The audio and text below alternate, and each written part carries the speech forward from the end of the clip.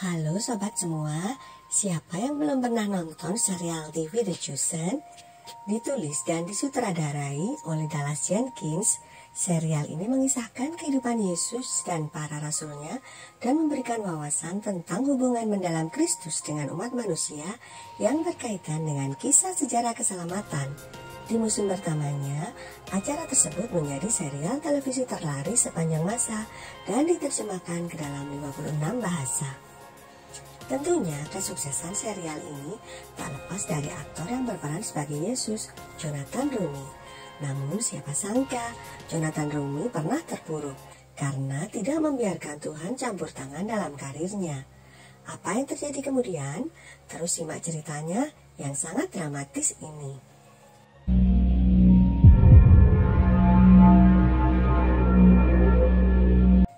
Dimulai dengan 8 episode pertama musim pertama, serial ini menghidupkan bagian-bagian Alkitab atau karakter dari Perjanjian Baru dengan cara yang sangat nyata dan menarik.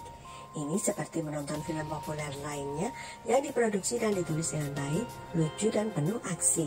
Namun di dalamnya setiap dialog dan cerita benar-benar membangkitkan semangat, penuh doa, dan menuntun kita untuk mendambakan hubungan yang otentik dan intim dengan Yesus. Dalam The Chosen, Jonathan menunjukkan kepada kita pribadi Yesus yang lembut dan lucu, sekaligus menawarkan presentasi yang memperkaya doa dan mengajak penonton untuk mengenal Yesus dengan cara baru. Selain kehidupan aktingnya, dia juga orang yang taat berdoa. Dia tidak malu mengadakan kebaktian doa di Chapel of Divine Mercy selama karantina, dan dengan bangga membagikan cintanya kepada Kristus dengan audiensi yang mempunyai berbagai kepercayaan.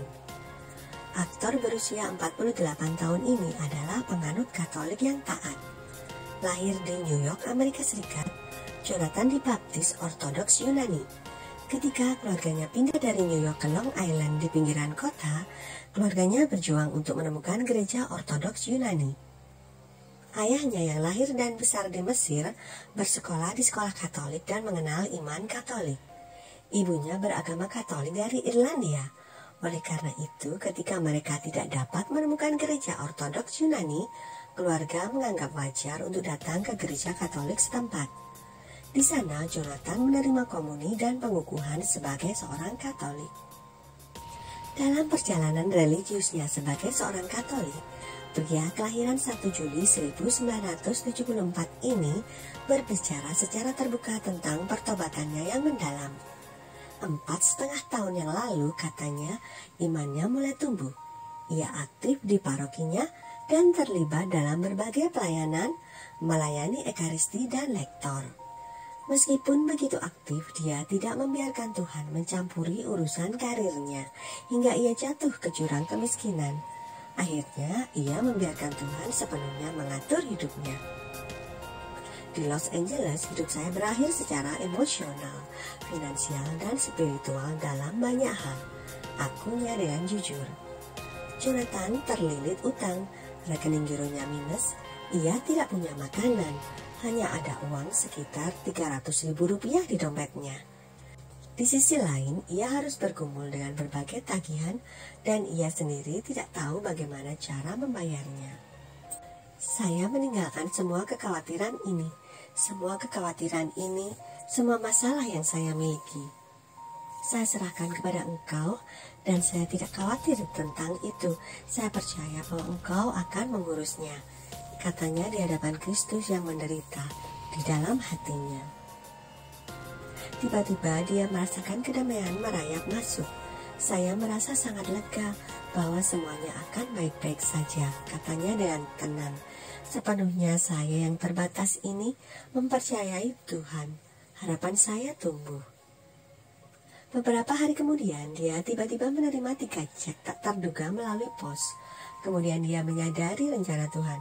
Dan pada saat itu dia benar-benar menyerahkan karirnya kepada Tuhan. Saya benar-benar mengalami keajaiban finansial, katanya. Dengan ini dia bisa memperbaiki situasi keuangannya. Tak berhenti di situ, ada kejutan lain yang datang dari Tuhan.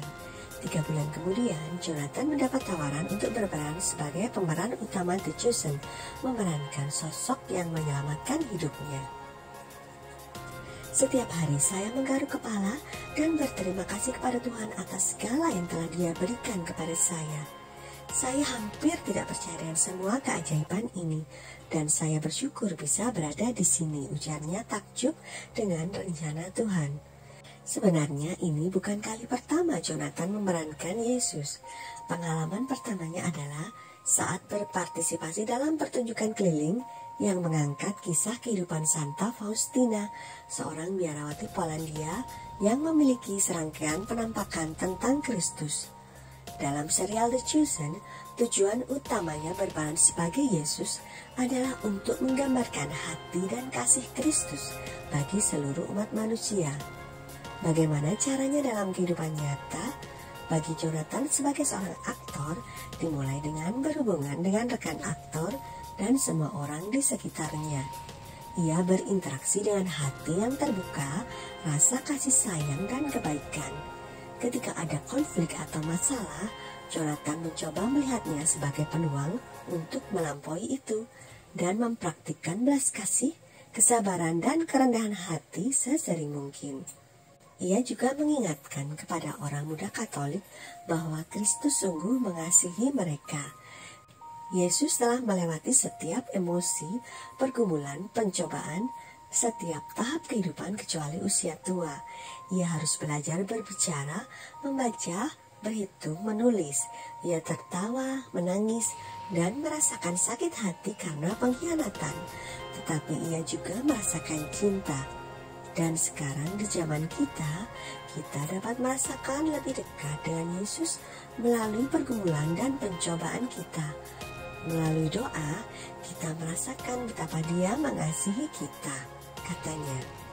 Pelajaran yang bisa kita ambil dalam kisah hidup Jonathan Rumi adalah dalam segala hal kita harus menyerahkan diri pada penyelenggaraan Tuhan.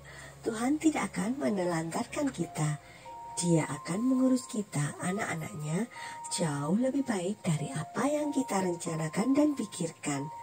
Menyatukan semua penderitaan kita dalam diri Yesus akan membuat kita lebih ringan melangkah. Dan yang lebih penting lagi, sebarkan cinta dan kebaikan ke semua orang di sekitar kita, dimanapun kita bekerja, dimanapun kita berada, sama seperti yang Yesus lakukan di masa hidupnya.